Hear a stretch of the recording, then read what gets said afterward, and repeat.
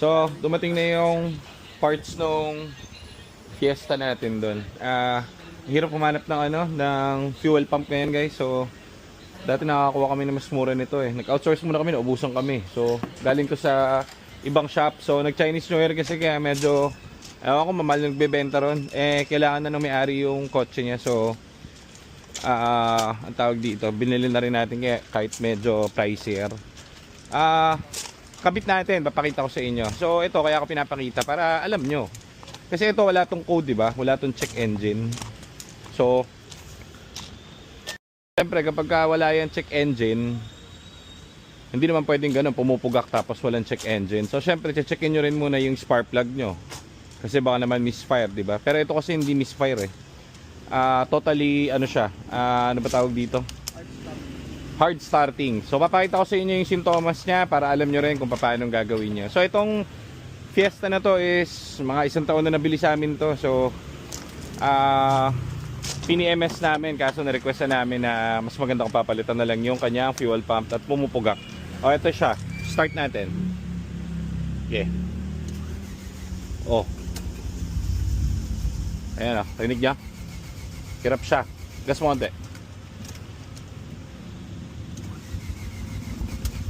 Oh, yan. Hirap siya. Pero kung makikita nyo, nasang check engine. Oh. Diba? So wala siyang check engine. Okay din ang mga spark plug niya and everything. So basic lang naman to. So ito na, palitan na natin. Mr. Cupido, pugutin mo na ang ating fuel pump at kukuhanin na nila madam. At uuwi na ang kanyang yung kuya niya ata nasa ibang bansa kaso gagamitin nila to. So hindi nila kasi mai-enjoy to kapag pumupugak-pugak. Pangit naman kung pumupugak-pugak. Kaya nirequest na natin ng fuel pump. So ayan yung fuel pump niya na luma. Yan. So kadalasan to ito kasi hindi niya nagagamit eh. So mas maganda sabi sa inyo kahit anong kotse gamitin nyo kasi mahirap pag di ginagamit lalong nagkakaproblema. Pwede ba mag-yosi? Singisin na. Wala ano boss. Ano wala na? Wala nga sumirit. Sira. Sira na talaga totally. Dapat may sisirit dyan. Pressure. Surbol. Ay lagi at dinukot na mga kaibigan, dinukot na. Inikot. Mamaya pagbubunot ito, hawakan mo lang. Kamusta naman love life mo parang Alja? Masaya ka? Ha? Antiwasay naman. Tanggalin niya muna yung lock. Tapos yan, bubunutin na ni Joselito. Mga kaibigan, ang daming gas. Daming gas ah. Kuha tayong ti. Ay, naka-record pala ako.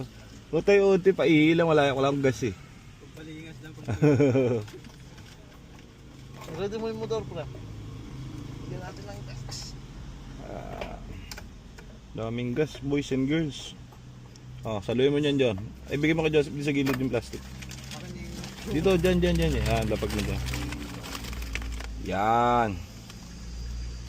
Pantot yun eh. Yan. Okay, so dalihan natin at baka tayo sumabog.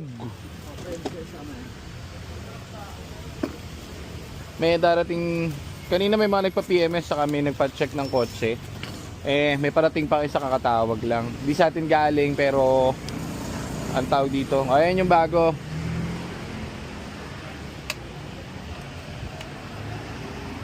Hindi naman yung filter guys, minsan yung filter ang dahilan pero kasi ito alam na namin yung tunog ng ganun eh. Yung parang humahagok. So yung pump, yung motor doon sa loob, humihina yung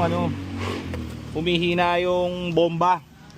So pag humina yung bomba, di hard starting. Basta yun ang ang palatandaan nyo kapag walang check engine, hindi tawag dito, hindi misfire, yan. Pwede nyo i-check yan, yung yung inyong fuel pump. Tingnan natin, kailangan dyan 1 click na pagtapos. Kapag hindi, naku, yari ako dun sa may-ari. No fix, no pay pa naman pare. Mahal pa naman ito. Mahal pa naman itong fuel pump. Kailangan one shot.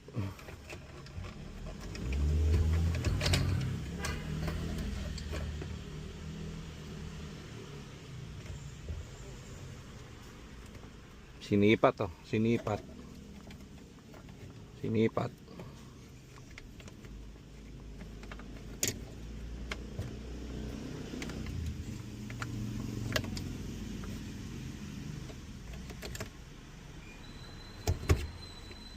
Yun oh.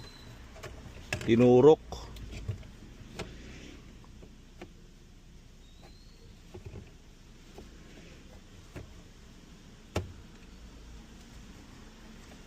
Ay, iniikot na mga kaibigan.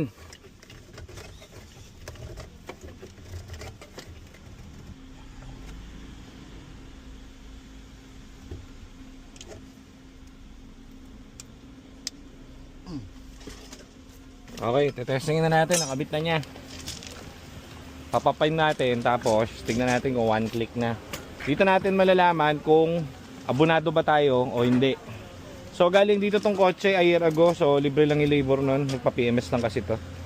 So, pag mga ganong, kunwari, galing dito yung kotse, hindi na namin sinisingil mga labor na ganun. Pinapabili na lang namin ng parts. Ayan, bombahin muna niya para umangat. Ah, tumutunog na. Nga. Maririnig na ba natin? Sige. Ah, yun. Sumisip-sip na yung gasolina. Kanina wala eh. Totally wala. So, yan. Okay, start. Oh! One shot. So, papaangatin muna natin yung gasolina niya.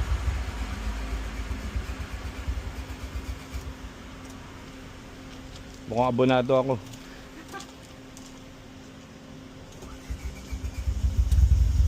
Yun.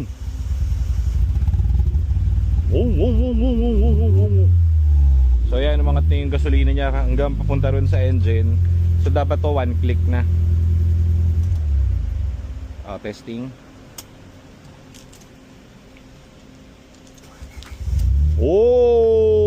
One click na. So hindi ako abonado. Masaya yung kliyente. Ma'am, kuhanin niyo nito, wala kaming parking. So thank you sa inyo. Yun lang naman at okay na to. One click na. Isa pa ulit. Eh kanina di ba pumupugak. One click. Okay. So mag-ingat kayo sa pagbili ng fuel pump kasi maraming ganyan na class A or yung fake. Pag yung fake na gano'n ang mabibili nyo, mapapamahal ka, makakatatlong bili ka nun, kawawa ka. So kaya sinasabi ko na baka abonado ko kasi may times na nakabili kami niyan palyado. Eh, nilublob muna sa gas. So wala na, hindi ko na may babalik.